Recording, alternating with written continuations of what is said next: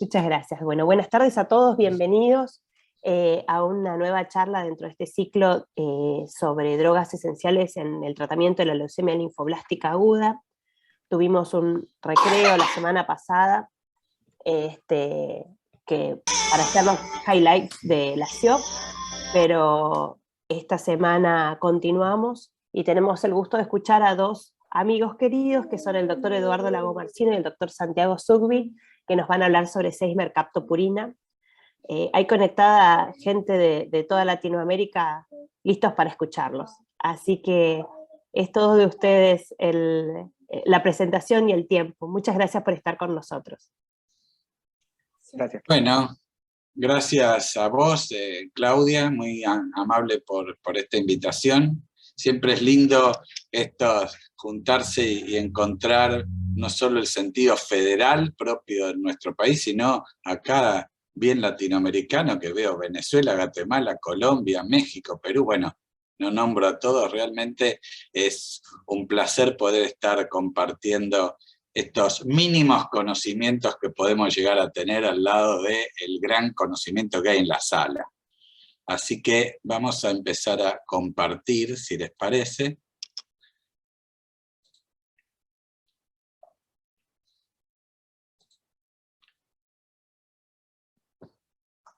Bueno, creo que he logrado que se abra bien, ¿no? Perfecto, Edu, se ve muy bien. Bueno, yo voy a empezar con una parte. Hoy traje un gran compañero de equipo, amigo de la cátedra también, que va a continuar después con las partes específicas de las que yo voy a dar introducción. Yo voy a comenzar un poco con la farmacología de la seismercaptopurina, un fármaco que conocemos, que lo clasificamos dentro de las familias de los antimetabolitos, ¿sí? O también vamos a ver dónde actúan cuando los queremos clasificar dentro de su actividad en el ciclo celular. Cuando pensamos en los antimetabolitos, pensamos siempre en estos tres grupos: antagonistas de pirimidinas, antagonistas de purinas y antagonistas de folatos, que siendo este un curso de fármacos que actúan frente a la leucemia linfoblástica aguda, supongo que los antagonistas de folatos han tenido un papel protagónico en este curso, hablando justamente del metotrexato. Si los clasificamos de acuerdo al ciclo celular, este grupo actúa fundamentalmente en la fase S del ciclo celular, o sea, justamente en la síntesis del ADN, y ahora, cuando veamos un poco sus características farmacológicas, vamos a ver por qué el mecanismo de acción está destinado en ese lugar. También sabemos que estos fármacos deben actuar en la fase exponencial de la división para tener mucha mayor eficiencia y ver que con la quimioterapia hacemos una reducción sistemática de las células neoplásicas, teniendo por lo general bastante éxito con la combinación de una o varias de ellas. ¿Por qué es un antimetabolito? Generalmente la definición de antimetabolito es porque es un engañador de las células, ¿sí? Vamos a llamarlo así, ¿no? Es como el que sale con un novio o novia que son dos mellizas, ¿sí? Y se parecen tanto uno a la otra y uno no termina sabiendo con quién sale. Si sale con Claudio o sale con Rocío. Y esto hace que uno no sepa cuál de las dos es la verdadera. Bueno, lo mismo hace la mercaptopurina con la célula. Se parece tanto a la adenina, a que tienen las dos expresadas, con la diferencia que un grupo amino colocado dentro de su núcleo aromático de 6 carbonos es reemplazado por un grupo tiol, un grupo azufre. Esto no es menor porque dentro del cuerpo tenemos muchas sustancias dentro de lo que llamamos el grupo de las tiopurinas y muchas enzimas que justamente actúan sobre ellas. ¿Cómo es el mecanismo de acción de esta seismercaptopurina? Bueno, el ciclo más importante viene justamente captado por una enzima, ¿sí? Que es una enzima que lo transforma, ¿sí? Y lo va a convertir en lo que llamamos un nucleótido, como el ácido 6-tiosínico, y esto lo es, ¿sí? Justamente una enzima que produce esta interconversión y logra una acción específica a medida de este engaño, de pensar la célula que ha incorporado una purina y ser en realidad una 6-metilmercaptopurina ribótido que al transformarse, ¿sí?, contribuye a esta acción y hace que se forme un ADN apócrifo, ¿sí? Cuando yo lo describo, ¿sí?, lo describo como un nucleósido de base púrica, que es un falso sustrato de esta síntesis que está en la fase S, y justamente lo que hace es, a partir del ciclo celular, ¿sí?, inhibe esta síntesis y forma un ADN que no es propio, y por lo tanto, de esa manera, la célula neoplásica, ¿sí?, muere. Para comprenderlo mejor, les pongo esta gráfica, donde voy a ver que tengo acciones de otros agentes enzimáticos importantes, ¿sí? Uno muy importante es la tiopurin metiltransferasa, que la van a ver ahí como PMT, que puede ir por un camino donde hay una inactivación de la 6-mercaptopurina, y lo mismo ocurre con algunos agentes de bases pirimidénicas, como pasa con las 6-tioguanina, son como hermanas emparentadas. Y por el otro lado, si actúa en cambio la que es proveniente de las ribosil transferasa, que es otro grupo enzimático, mediante varias acciones enzimáticas, y esto es importante, estas varias reacciones enzimáticas, llego a una deoxi-6-tioguanosina que termina siendo incorporada al ADN, y dándome un ADN que no es de la reproducción similar a los ADN de la célula. ¿Por qué quiero aclarar este punto? Porque en eso podemos tener grandes diferencias entre los seres humanos y ver que esta diferencia termina siendo importante a la hora del tratamiento con este grupo de fármacos, como la 6-mercaptopurina. Para hablar de sus distintas características farmacológicas, tengo que hablar obviamente de todo lo que hablamos de farmacocinética, que es la absorción, la distribución, el metabolismo y la excreción, y todos ellos se van a ver involucrados justamente por las enzimas que lo pueden degradar, por aquellas que le dan actividad o por distintas características que lo pueden modificar. Dentro de la absorción, por ejemplo, van a encontrar muchos de ustedes durante el tratamiento que si hablamos de pacientes pediátricos, dosificar no es un tema fácil, ¿sí? La presentación comercial más clara y contundente de la 6-mercaptopurina es un comprimido de 50 miligramos. Y si yo tengo que dosificar a chicos muy pequeños con baja cantidad de kilos, o sea, muy poco metro cuadrado, que es distinta a las dosis que tienen en distintas fases, 40, 60 en la inducción, 25 después en la consolidación, esto hace que esta variabilidad no implique que sea exactamente un comprimido o un comprimido y medio. A veces la dosificación es un problema y la presentación de suspensión es huérfana en muchos países y para esto hay que generar suspensiones, ¿sí?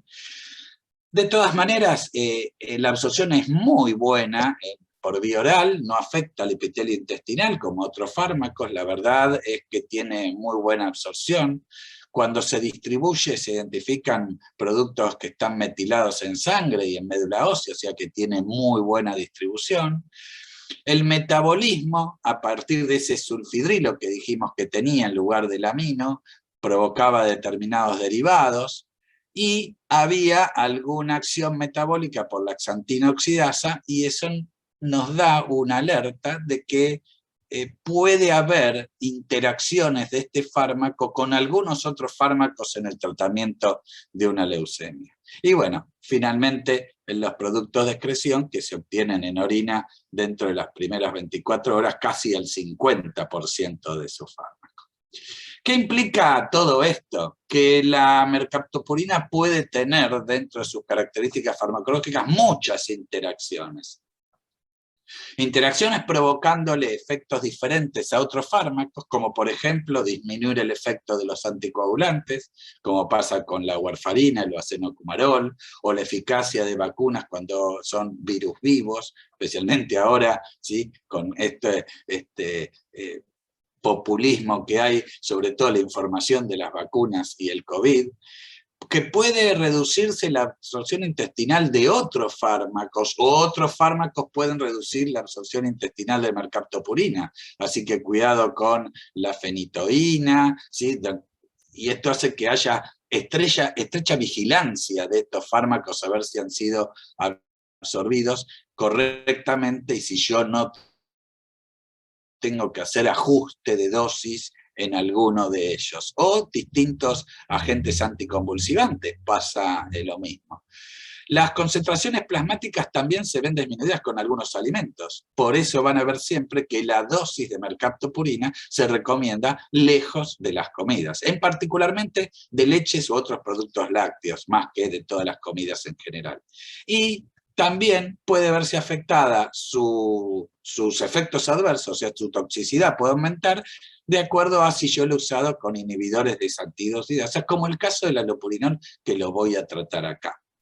Voy a ser breve con esto porque en realidad hay muchísimas cosas que me surgieron a partir de preparar esta clase, pero la idea era concentrarnos específicamente en los aspectos farmacológicos, en los fármacos genómicos y en la posibilidad de que esto subiera o no un dosaje. La verdad es que los fármacos citostáticos tienen muchas y diferentes propiedades farmacológicas que predisponen al riesgo de estas interacciones de que yo le hablo, ¿sí? Esto hace que el perfil farmacológico se complejice, que el margen terapéutico empiece a ser más estrecho, que cuando haga una curva de dosis-respuesta esta sea más empinada, que la variabilidad interindividual sea alta, o sea que hay muchos factores que afectan a estas enzimas de las que hablaron, el uso en combinación con otros fármacos como estrategia, ¿sí?, para el tratamiento antineoplásico, y es difícil evaluar cuál de todas estas es una interacción significativamente clínica, o sea que debo considerarla, y aquellas que no lo son.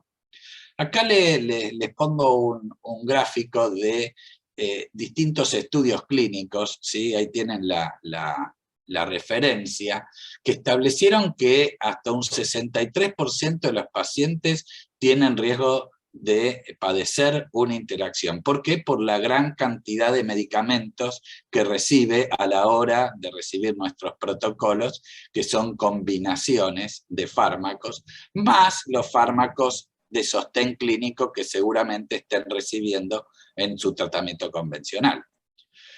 Podemos decir que hay estudios que hablan que en pacientes ambulatorios, o sea, aquellos que están en sus casas, quizá en la etapa de mantenimiento, y que usan justamente antineoplásicos orales en esta etapa, la prevalencia de estas interacciones asciende casi al 50%, ¿sí? Y la gran mayoría de estas interacciones está calificada entre moderada y grave. Así que la farmacología de la 6-mercaptopurina merece una particular atención para visualizar todo lo que los médicos suelen llamar, ¿sí?, la gran cantidad de aportes, de posologías, de distintos fármacos al momento de tratar, y lo llaman polifarmacia, ¿sí? Nosotros llamamos, ¿sí?, un paciente que tiene una gran cantidad de medicamentos y que entre todos ellos pueden interaccionar.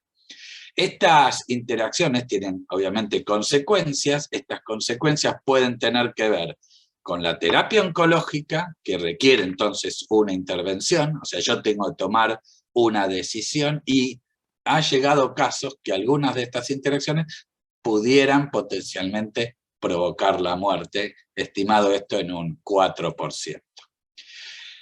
¿Qué mecanismos siguen estas interacciones? Yo les voy a describir 3, ¿sí?, en esta primera parte.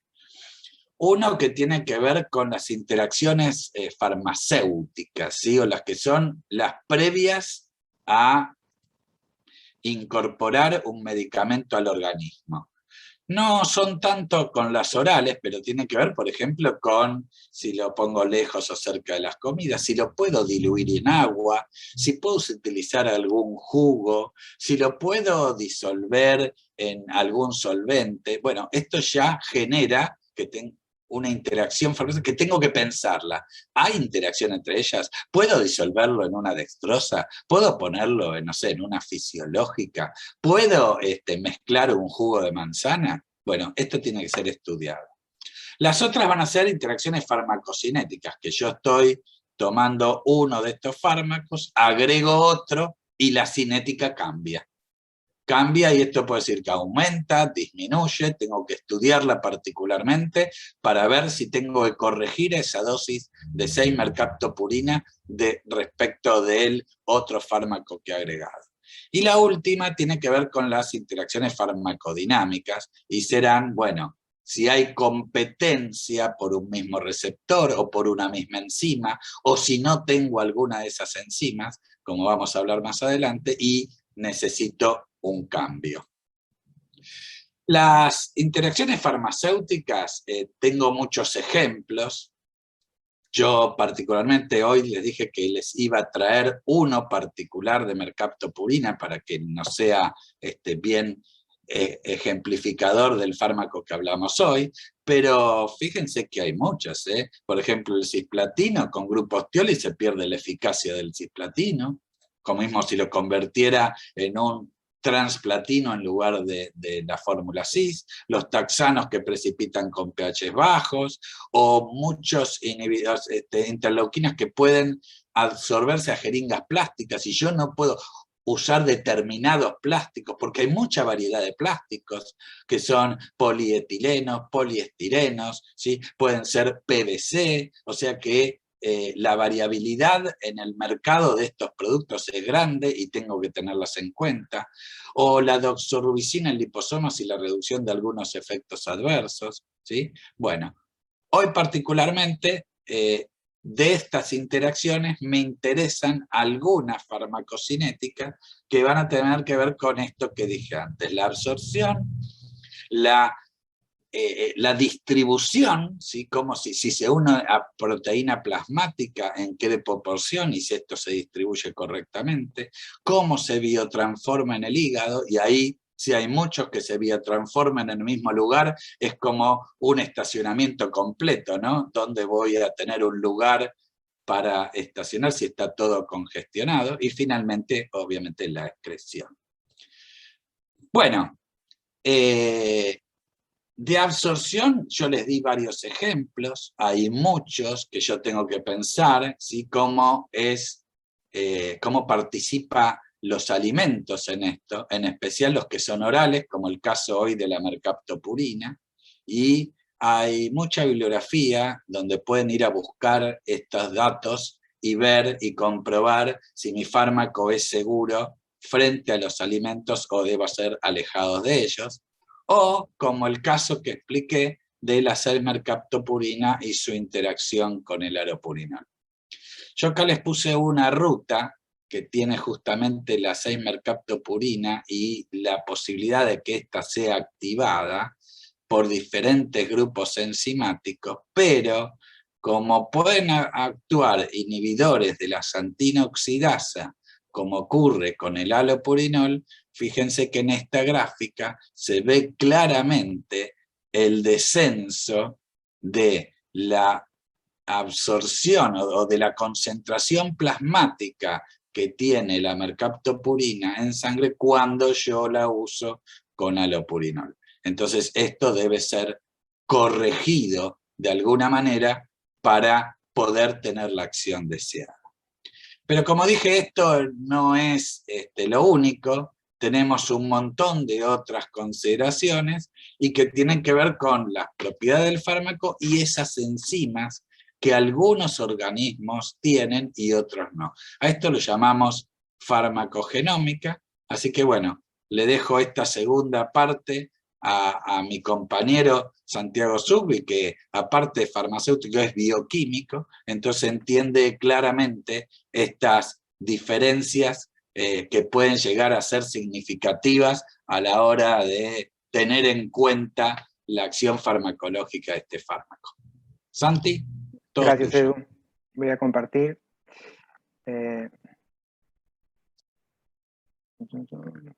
¿Dónde llegamos? Bien. ¿Ahí se ve? Sí, Santi, se ve bien. Perfecto. Bien. Perdón, Bueno, lo que para sí sí. estás compartiendo como, está como repartida tu pantalla, aparece la diapositiva siguiente, si quieres Sí. ponerla para que aparezca bien grande. Espérame. No. No. Cambié la compu. La pantallita de al lado, ¿no es? La que tocaste recién, que tiene como esa. Esta no, la bloquea. Ah. No. Opciones de presentación, arriba en el medio, ahí. Ah.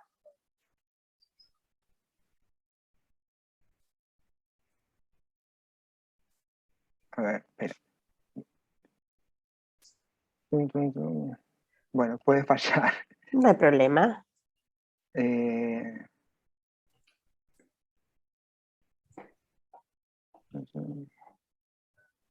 Sino, así ver, como ahí. tenías arriba, Ahí. decía, ahí está, excelente. Perfecto. Y se lo ve grande. Gracias, Santi. No, no. Vamos a poner bien. Entonces, para... ¿se está viendo? Yo no lo veo. Sí, sí, se Sí, ve. sí, se ve perfecto. ¿Dice farmacogenética o es la pantalla roja? Perdón. No, es la primera pantalla la que se está viendo, la carátula. Pero, che.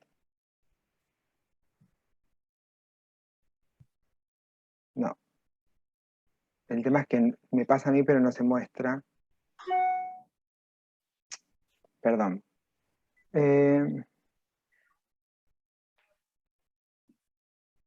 Esa, ahí va. Poné, Ahí se ve. poné grande, ahí está. ¿Lo están viendo? Esperen. Tengo la pantalla dividida, porque no es mi computadora esta. Sí. Ahí se ve bien la presentación, todavía no se ve como en pantalla completa, sino con los slides chiquititos a tu izquierda, a la izquierda. Ahí se ve la primera. Ahí estamos. Ahí se ve bien. Estoy pasando lo que presentó Edu. Y ahí está. Bien. Bueno.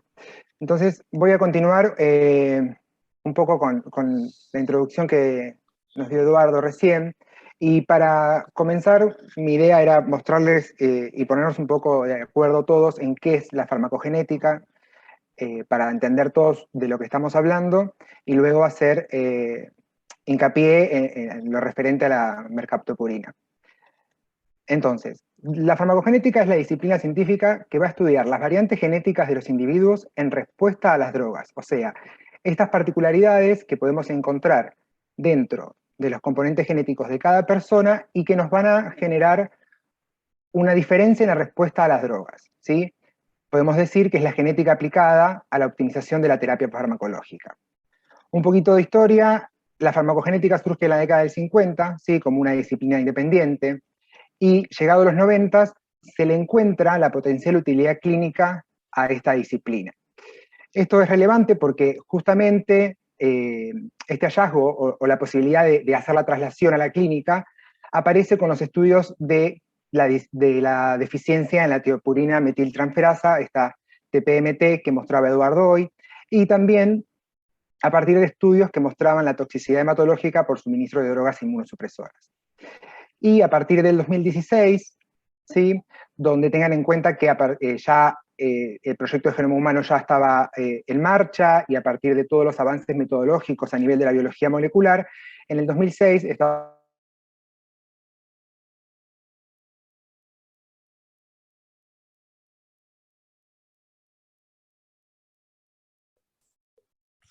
Se cortó. Se nos murió Santi. Nos murió ahí. Santi. Quería saber si era yo sola. Ahí le mando un mensaje.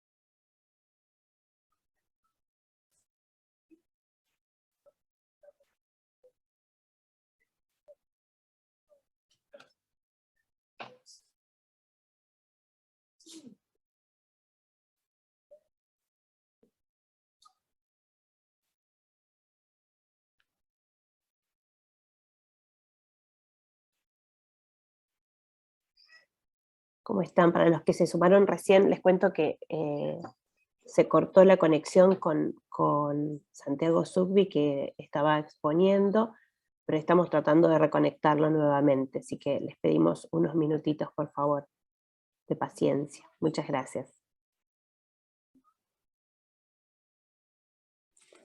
Gracias a ti, querida.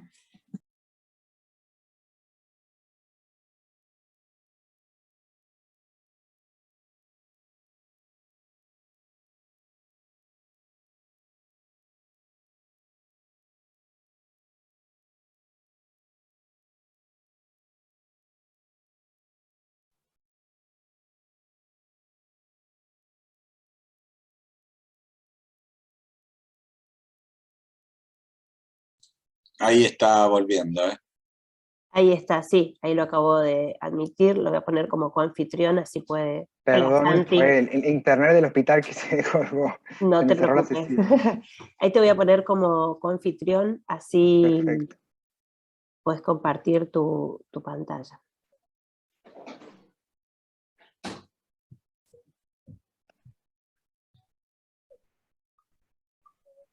Listo, Santi, ya tenés que poder compartir.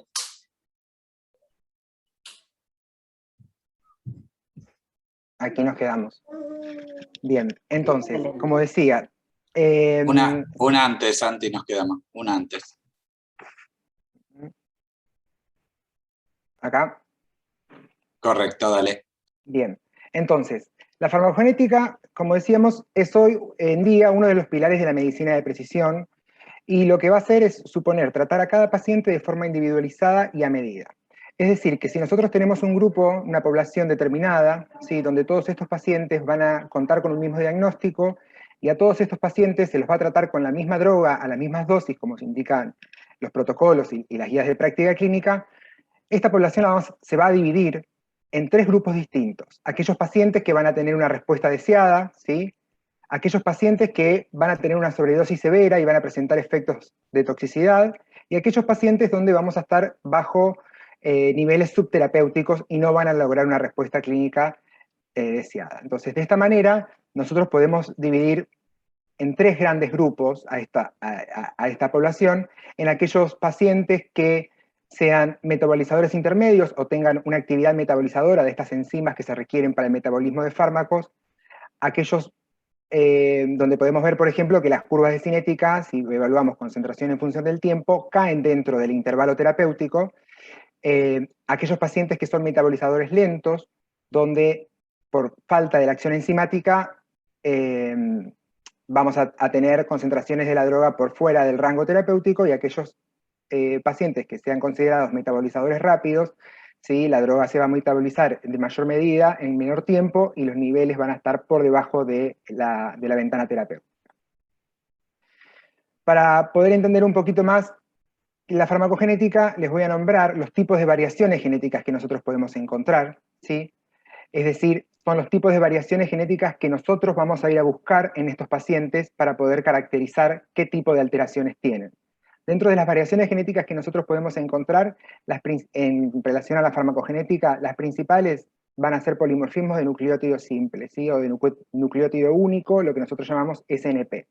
Acá en el gráfico lo que podemos ver es, por ejemplo, si la línea de arriba es la secuencia de ADN normal del paciente, vemos cómo cuando se cambia la T por la C, esta T, ¿sí?, es un polimorfismo. No se considera una mutación porque la presencia de esta T está estudiada que aparece en un porcentaje bastante significativo de la población, entonces no se lo considera como una mutación, sino que es un polimorfismo.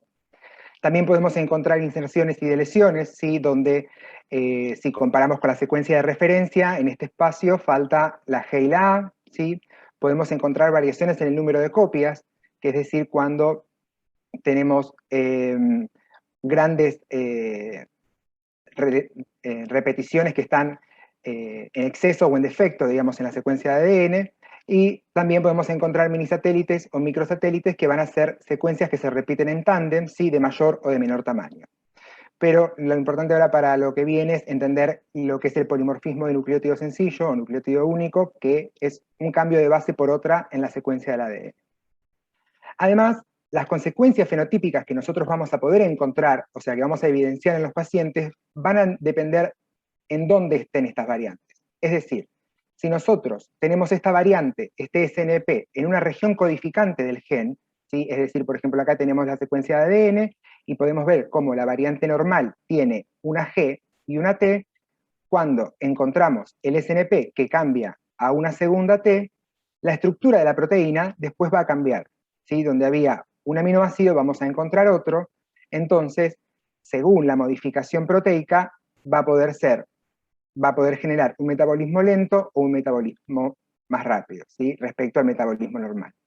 En cambio, cuando las variantes genéticas están en la región reguladora del gen, ¿sí? Va a afectar el nivel de expresión, es decir, cuánta proteína voy a encontrar en este paciente. La estructura de la proteína va a estar bien, va a estar normal, pero voy a encontrar una posibilidad de tener menor expresión, ¿sí? Entonces, como voy a tener menor cantidad de proteína de la necesaria, voy a tener fenotipos o pacientes con un metabolismo lento, y si tengo aumento en el nivel de expresión, voy a encontrar pacientes con un fenotipo de metabolismo mayor. Entonces, con toda esta introducción, lo que les quería mostrar es que nosotros, en general, ¿sí? Y por lo menos en el trabajo hospitalario, que en mi experiencia, corta experiencia, veo, tenemos un modelo farmacológico tradicional, ¿sí? Donde nosotros hacemos la elección de un fármaco en función del diagnóstico. ¿Sí? Acá, como podemos ver en el esquema, tenemos al paciente, a todos los pacientes los vamos a tratar con la misma terapia, con el mismo protocolo, las mismas dosis, y vamos a evidenciar que algunos pacientes van a tener beneficio dentro de esta terapia y otros no van a tener beneficio, ¿sí? O vamos a estar por arriba generando efectos tóxicos, o por debajo generando efectos subterapéuticos. Entonces, la idea es poder pasar de este modelo farmacológico tradicional a un modelo farmacológico personalizado, donde el que va a ser seleccionado es el paciente para una determinada droga, y no la droga en función de la patología, ¿sí? Y la selección de este paciente va a estar dada en función al perfil genético. Entonces, cuando tengamos a un paciente, mediante estos test genéticos, nosotros vamos a poder hacer una terapia personalizada. Entonces, a distintos pacientes le vamos a poder dar distintos tratamientos, aunque incluyan la misma droga, pero en distintas dosis o distintos esquemas, para de esta manera generar una mayor cantidad de beneficios en los tratamientos clínicos.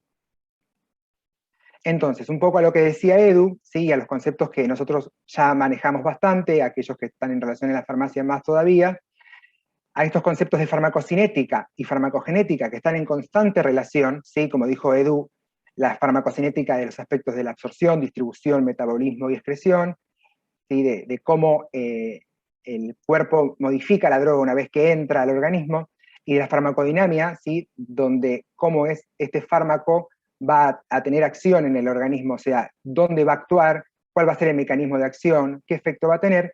Nosotros, desde la farmacogenética, lo que vamos a hacer es sumarle un aspecto más a esta relación que va a estar en constante relación e intercambio.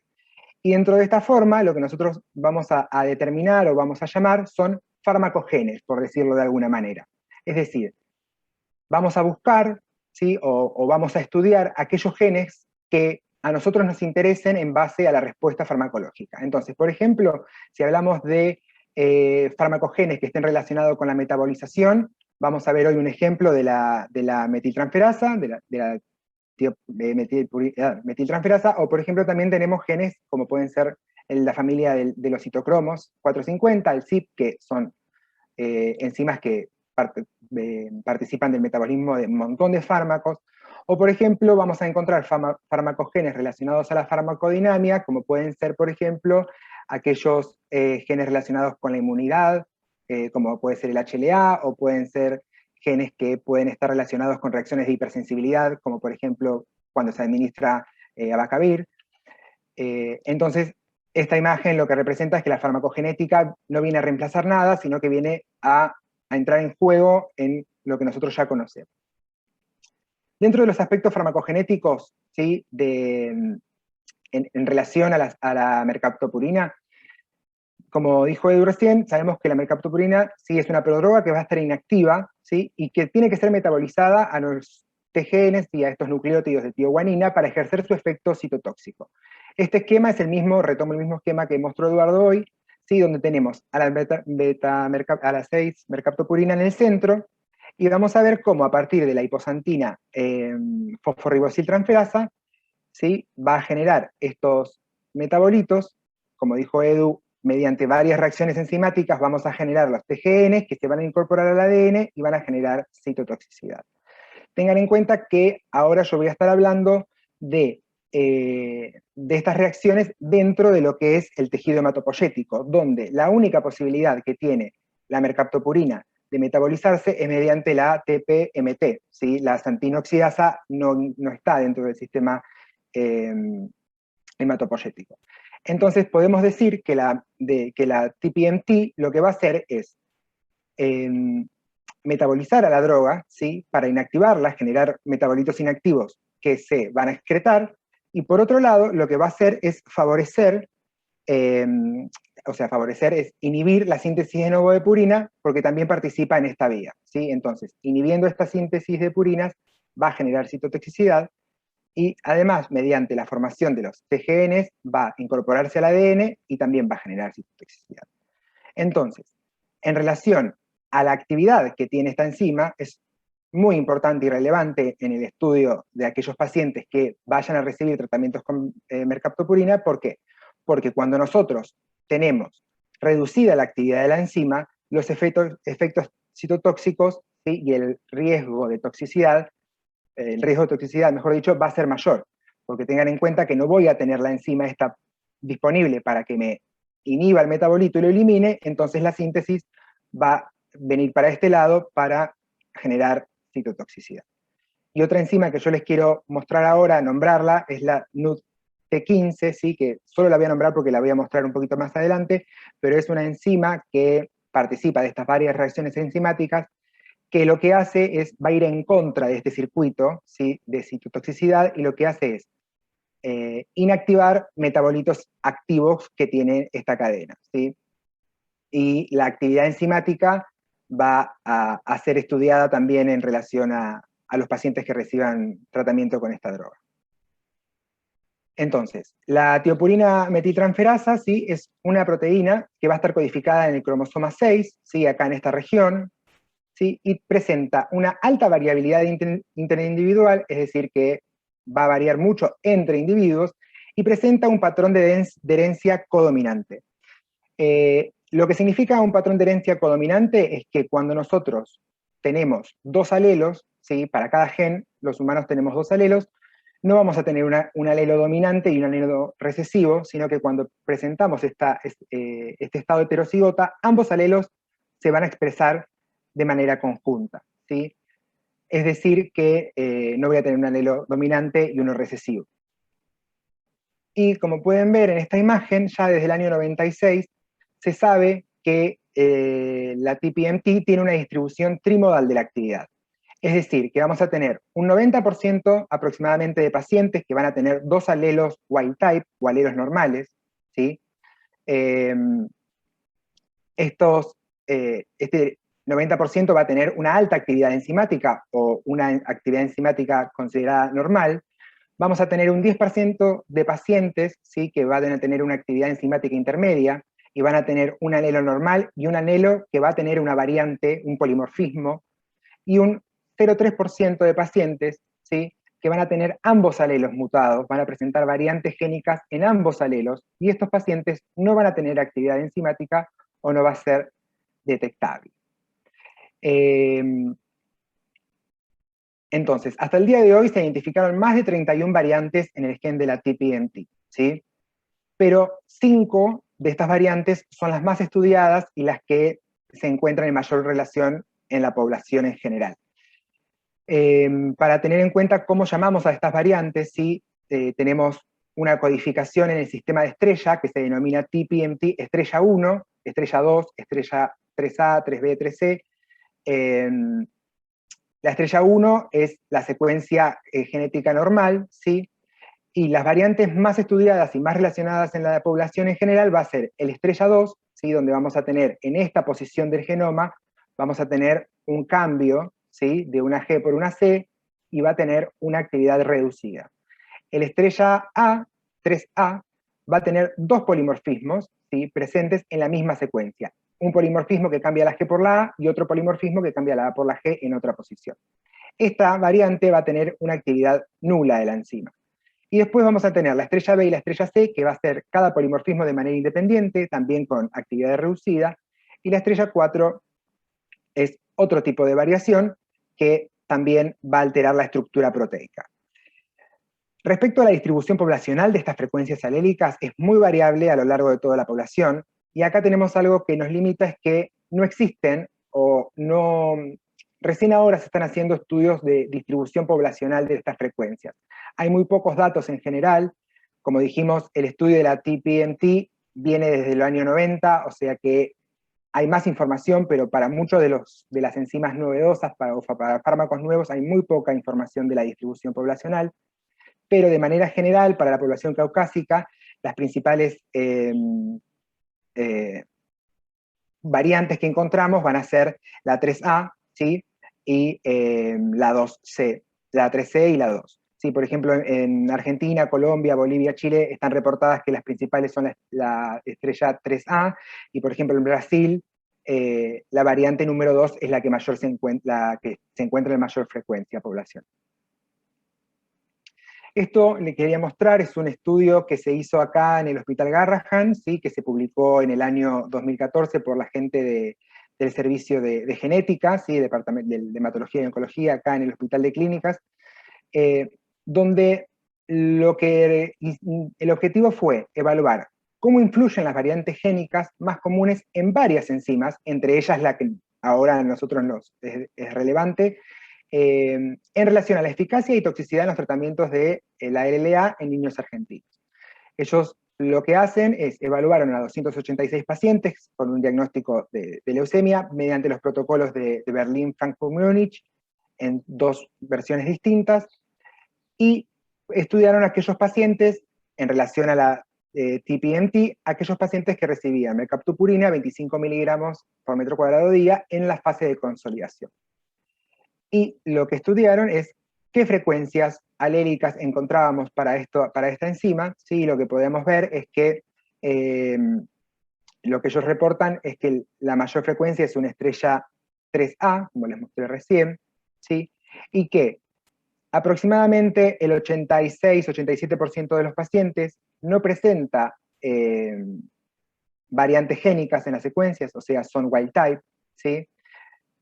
Y aproximadamente un 10% de los pacientes presenta un estado heterocigota para estas variantes, y apenas un 0,5% presentó un estado homocigota para la variante 3A, o sea, con una función nula de la enzima, ¿sí?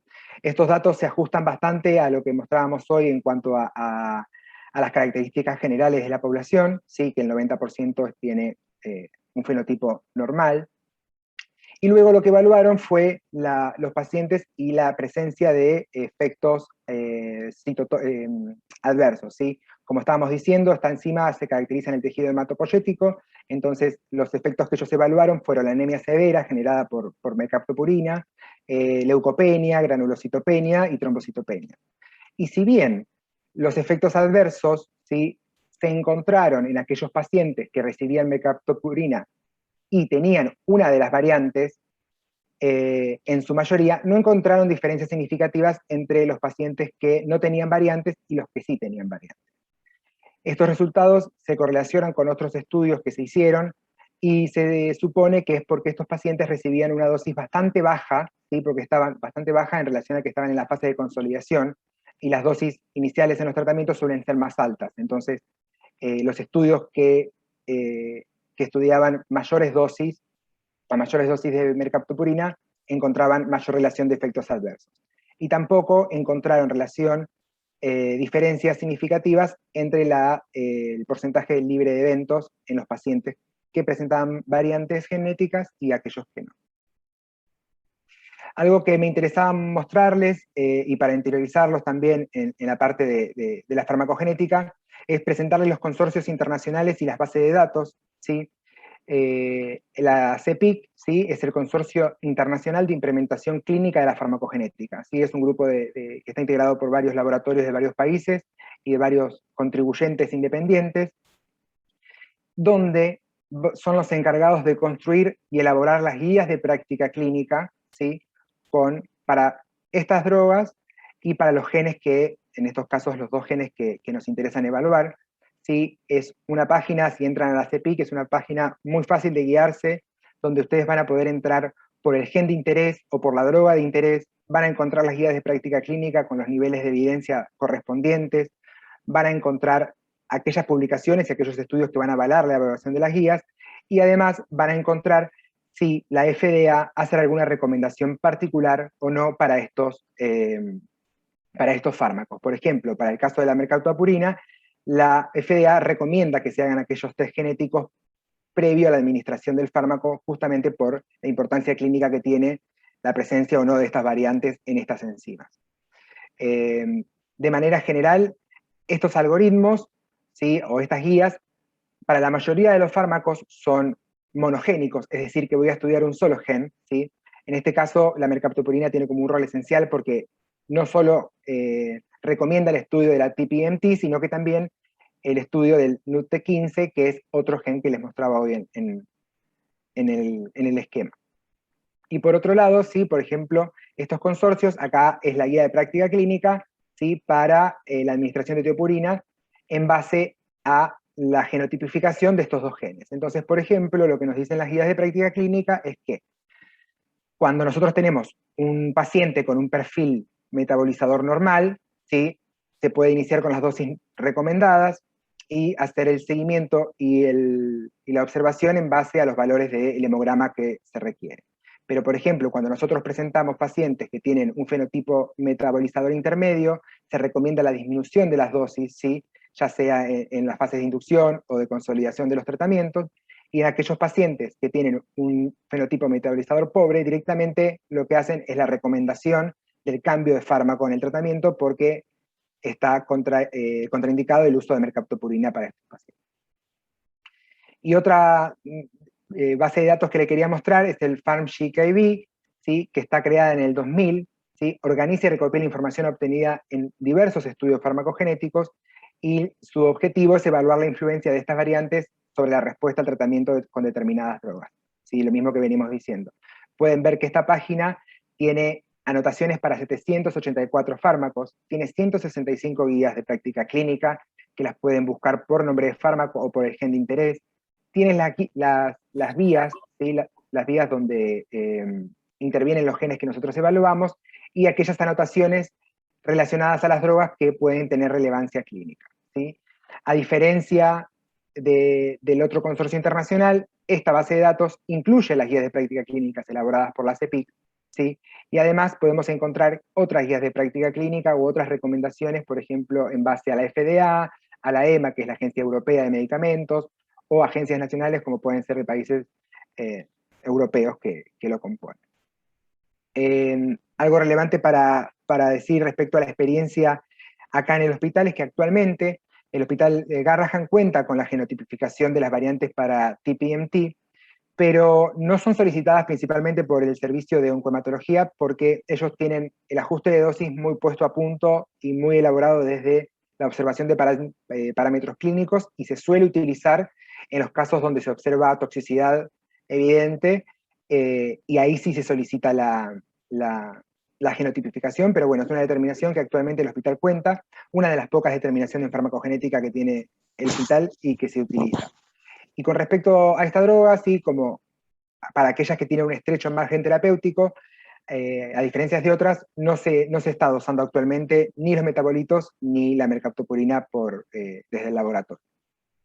Bueno, quedo pendiente a preguntas, espero que se haya entendido, y cualquier cosa lo charlamos.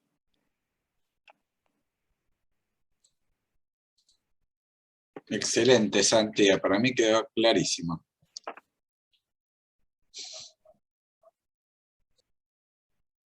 Hola, buenas tardes a todos. Quería preguntarles con respecto a los efectos adversos de la mercaptopurina en el mantenimiento, que a veces los chicos, bueno, hacen neutropenia, que uno lo puede asumir, por supuesto, por la mercaptopurina sumada al metotrexato, pero el aumento de transaminasas, ¿estaría relacionado también con la mercaptopurina, la toxicidad por la mercaptopurina?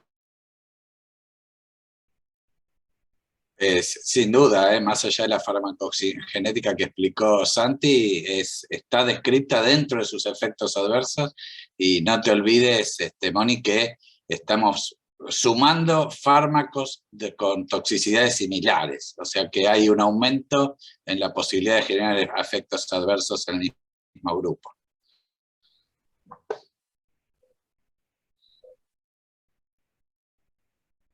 Estás muteada, Clau. O estás desconectado tu micrófono, pues no te escuchamos. Ahí, ahora sí. ¿Ahora sí? Sí, ¿Sí? sí, ahora sí. Hay una pregunta en el chat que dice, gracias Edu, en caso de un paciente metabolizador lento para mercaptopurina con efectos adversos evidenciados en mantenimientos largos en LLA, ¿por cuál medicamento lo reemplazaría? No sé si eso tienen ustedes alguna respuesta o eso dependerá de los protocolos. Yo en particular no tengo una respuesta concreta a eso, pero yo creo que depende del protocolo. Lo que sí, el protocolo en que se esté tratando, lo que sí, si es en base a que es un metabolizador lento, no tiene que pertenecer al grupo de las tiopurinas porque justamente va a intervenir en el metabolismo. Tendría que ser de otro grupo farmacológico, sí. Es re difícil cambiar la mercaptopurina. Es como hablar de la LASA. ¿Qué posibilidades tenemos de cambiar una LASA? O sea, hay grupos de fármacos que son muy difíciles de reemplazar. En este caso, bueno, el metotrexato es también un antimetabolito, y por ese lado, digamos, creo que es más importante que la mercapto, pero la mercapto en todo el tratamiento de leucemia tiene un rol importantísimo. Sí, la ventaja que tiene aquellos metabolizadores que a lo mejor siendo metabolizadores lentos se puede disminuir la dosis, y a partir de disminución de la dosis hacer el monitoreo clínico con los parámetros hematológicos, es que hay muy, muy baja prevalencia de estos pacientes que directamente tienen actividad nula en la enzima, y son los que se les recomendaría el cambio de grupo farmacológico. Pero bueno, como dice Edu, eso es difícil y dependería de los protocolos. Sí, Romina pregunta en el chat sobre la interacción que hay entre mercaptopurina y metotrexato. Es conocida, se sabe, y así todo se trata con ambas fármacos. O sea, si bien hay más efectos adversos, esta potenciación que hay de una a otra en la acción es lo que se busca dentro del tratamiento.